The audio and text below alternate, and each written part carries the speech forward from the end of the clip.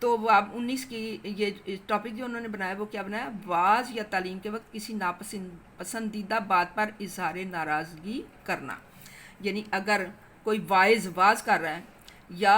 وہ معلم جو ہے وہ تعلیم دے رہا ہے اور کوئی ناپسندیدہ بات ہو جائے. ناپسندیدہ بات سے کیا مراد ہے کہ کوئی جو طالب علم ہے یا جو مجمع کے اندر بیٹھا ہوا ہے بندہ ہے یا مخاطب جو ہے وہ کوئی اس طرح کا الٹا سیدھا سوال کرے. آپ کو پتہ ہے سوال جو ہے وہ آدھا علم ہوتا ہے، اچھا سوال آدھا علم ہوتا ہے، اور برا سوال جو ہے وہ علم سے دوری ہے. کیسے کہ وہ جو کرنے والا ہے نا، جس کا دماغ جو ہے وہ کھوکھلا ہے، اس کے اندر عقل نہیں ہے، سمجھ نہیں ہے، اس نے استاد کو یا واعظ کو اپنے مسئلے سے ہی جو ہے وہ دوسری طرف کھینچ کے لے گیا. جس ٹاپک کے اوپر وہ اس نے کنسنٹریٹ کیا ہوا تھا اس کی توجہ جو ہے وہ بٹ گئی، یا وہ ڈی ٹریکٹ ہو گیا ہے، اور اس بات پر پھر وہ غصہ اور ناراضگی کا اظہار کر سکتا ہے. یہ اس حدیث سے ہم اس کی مثال اور حکم لیتے ہیں. حضرت ابو مسعود انصاری رضی اللہ تعالیٰ عنہ سے روایت ہے، انہوں نے فرمایا کہ ایک شخص نے رسول اللہ صلی اللہ علیہ وسلم کی خدمت میں حاضر ہو کر عرض کیا، یا رسول اللہ صلی اللہ علیہ وسلم، میرے لیے نماز با جماعت پڑھنا مشکل ہو گیا ہے کیونکہ فلاں شخص نماز بہت لمبی پڑھاتے ہیں. ابو مسعود انصاری کہتے ہیں کہ میں نے نبی صلی اللہ علیہ وسلم کو نصیحت کے وقت اس دن سے زیادہ کبھی غصہ میں نہیں دیکھا. آپ نے فرمایا، لوگو تم دین سے نفرت دلانے والے ہو. دیکھو جو کوئی لوگوں کو نماز پڑھائے اسے چاہیے کہ تخفیف کرے، کیونکہ مقتدیوں میں بیمار، ناتواں اور صاحب حاجت بھی ہوتے ہیں. دیکھیں اس حدیث سے دیکھیے کیا کیا ہم استنباط کر رہے ہیں کہ ایک تو یہ کہ جو ہے بات کو ڈی ٹریکٹ نہیں کرنا چاہیے، اور دوسرے نمبر پہ کہ جو شخص لمبی نماز پڑھا رہا ہے، یہ ٹاپک ہمارا یہ بتا رہا تھا نا کہ ناپسندیدہ بات پر اظہار ناراضگی. تو اگر کوئی ڈی ٹریکٹ کرتا ہے، کوئی سوال اس طرح کا کر دے، واعظ کی توجہ بٹتی ہے، تو ایسا نہیں کرنا چاہیے. اور جو ابو مسعود انصاری کہتے ہیں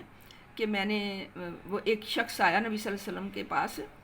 تو اس نے آ کے بتایا، اس نے شکایت کی کہ فلاں شخص جو ہے نا وہ بہت لمبی نماز پڑھاتا ہے. تو اس نے کہا کہ میں تو اب باجماعت نماز جو ہے وہ نہیں پڑھ سکوں گا، کیونکہ میں دن بھر کا تھکا ہوا ہوتا ہوں اور وہ بہت لمبی نماز پڑھاتے ہیں، اور میں پھر اس کے بعد جو ہے نا وہ میں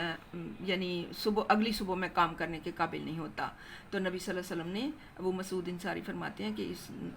اس دن سے زیادہ کبھی بھی غصے میں نہیں دیکھا. یعنی آپ صلی اللہ علیہ وسلم اتنے ناراض ہوئے اور فرمایا تم دین سے نفرت دلانے والے ہو. آپ نے پیچھے حدیثیں پڑھی ہیں، دین و یسران، دین تو آسانیاں دیتا ہے، دین تو آسانیاں سکھانے والا ہے. تو دیکھو جو کوئی لوگوں کو نماز پڑھائے، اس پر پھر آپ صلی اللہ علیہ وسلم نے کیا کیا، نصیحت فرمائی ہے. یہ ہمارے لیے کیا ہے، آپ صلی اللہ علیہ وسلم کے اقوال، افعال، ان کی تقریرات، یہ سب ہمارے لیے مشعل راہ ہیں کہ دیکھو جو کوئی لوگوں کو نماز پڑھائے، یہ کس کے لیے ہے، آئمہ، امام جو ہے نا، جو نماز پڑھا رہے ہیں ان کے لیے یہ ہے، ان کے لیے حکم ہے کہ اسے چاہیے کہ تخفیف کرے، یعنی نماز میں تخفیف، آسانی رکھے، کیونکہ مقتدیوں میں بیمار، کیونکہ جو مقتدی پیچھے جو نماز پڑھے ہیں ان میں بیمار بھی ہو سکتے ہیں، ناتواں، کمزور، ان میں بوڑھے بھی ہو سکتے ہیں، ویسے بھی کوئی بیماری سے اٹھا ہے، یا ویسے ہی کوئی جو ہے وہ ناتواں انسان ہے، اور صاحب حاجت. اب صاحب حاجت، اب حاجتیں جو ہیں وہ کئی طرح کی ہیں. جیسے کہ جو نماز پڑھ رہا ہے اس کو واش روم جانے کی حاجت پیش آ رہی ہے، لیکن وہ جو ہے وہ نہیں وہاں سے جا سکتا، یا وہ گھر میں کھانا پکا ہوا چھوڑا ہے، ابھی تیار نہیں تھا، اس نے جا کر کھانا ہے، بھوک سے نڈال ہو رہا ہے. اور بھی کئی فرض کیا گھر میں مہمان ہے، کوئی بیمار ہے جس کی بیمار پرسی کرنے والا اس کے سوا کوئی نہیں، بے شمار حاجات ہے. صاحب حاجت میں ہر طرح کی حاجت اس کی جو ہے وہ آ سکتی ہے. تو جو صاحب حاجت ہوتے ہیں وہ ان کو امام کو چاہیے کہ مقتدیوں کے حالات جو ہیں وہ ان کو جان رکھے، کیونکہ نبی صلی اللہ علیہ وسلم کو تو اللہ تعالیٰ نے یہ خصوصیت دی تھی نا کہ وہ جس طرح آگے دیکھتے تھے نا، سبحان اللہ، وہ اسی طرح پیچھے بھی دیکھ سکتے تھے، اور انہیں مقتدیوں کے حالات پر اللہ تعالیٰ نے آگاہ کیا ہوتا تھا. متنبع تھے وہ، کہ وہ مقتدیوں کے حالات کو جانتے تھے، آگاہ ہوتے تھے کہ فلاں مقتدی جو ہے اس کے کیا حالات ہیں، اس کے دل کی کیا کیفیات ہیں، اس کی سوچیں کیا ہیں، وہ سب کچھ جانتے تھے. لیکن یہ اللہ تعالیٰ نے ان کو علم عطا کر رکھا تھا. یہ خاص نبی صلی اللہ علیہ وسلم کی سیرت کا ایک بہت ہی نمایاں پہلو تھا آپ کے، کہ آپ آگے اور پیچھے سے برابر دیکھ سکتے تھے. لیکن باقی ائمہ کرام جو ہیں وہ مقتدیوں کے حالات کو نہیں دیکھ سکتے.